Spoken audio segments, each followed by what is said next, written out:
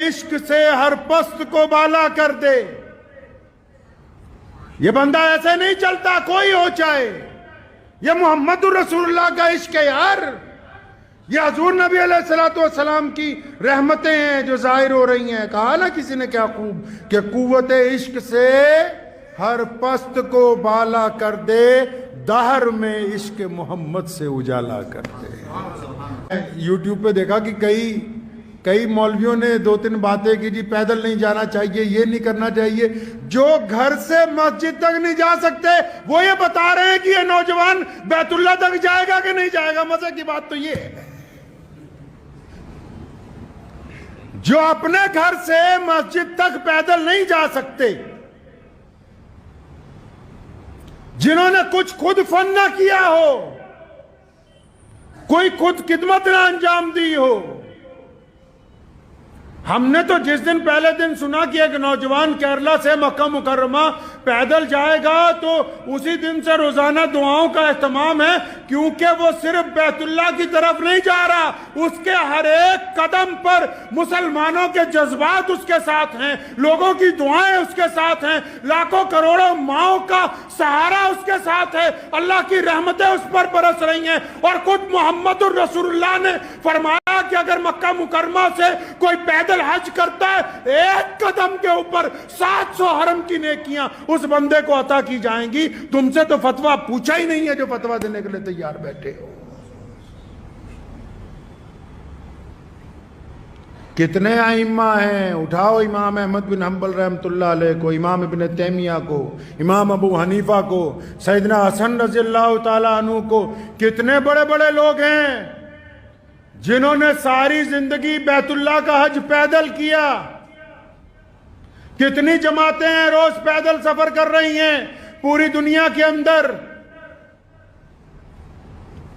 دراصل بات یہ نہیں ہے، کئی یہ کہتے ہیں کہ نیت پتہ نہیں کیا ہے. نیتوں پر اللہ کا دار و مدار ہے. رسول اللہ نے فرمایا جس کی نیت اچھی ہوگی اس کا عمل قبول ہوگا، اور جن لوگوں کے عمل قبول ہوتے ہیں اللہ ان کی مدد فرماتے ہیں. وہ بندہ کل تک جس کو کوئی جانتا نہیں تھا، آج اس کے انتظار میں لاکھوں لوگ سڑکوں کے اوپر کھڑے ہوئے ہیں.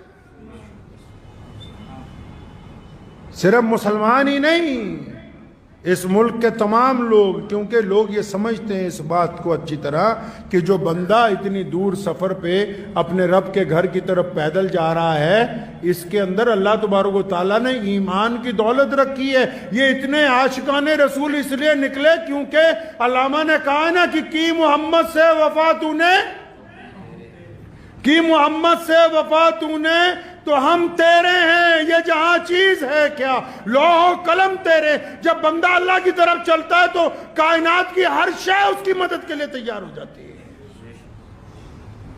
مبارکباد دینے کی بجائے 1-2 لوگوں نے، ایک صاحب کی میں مختصر سی بات سن رہا تھا تو وہ فرما رہے تھے کہ میں یہ فتویٰ دے رہا ہوں، میں یہ کر رہا ہوں، میں وہ کر رہا ہوں. تو مجھے بڑی حیرانی ہوئی.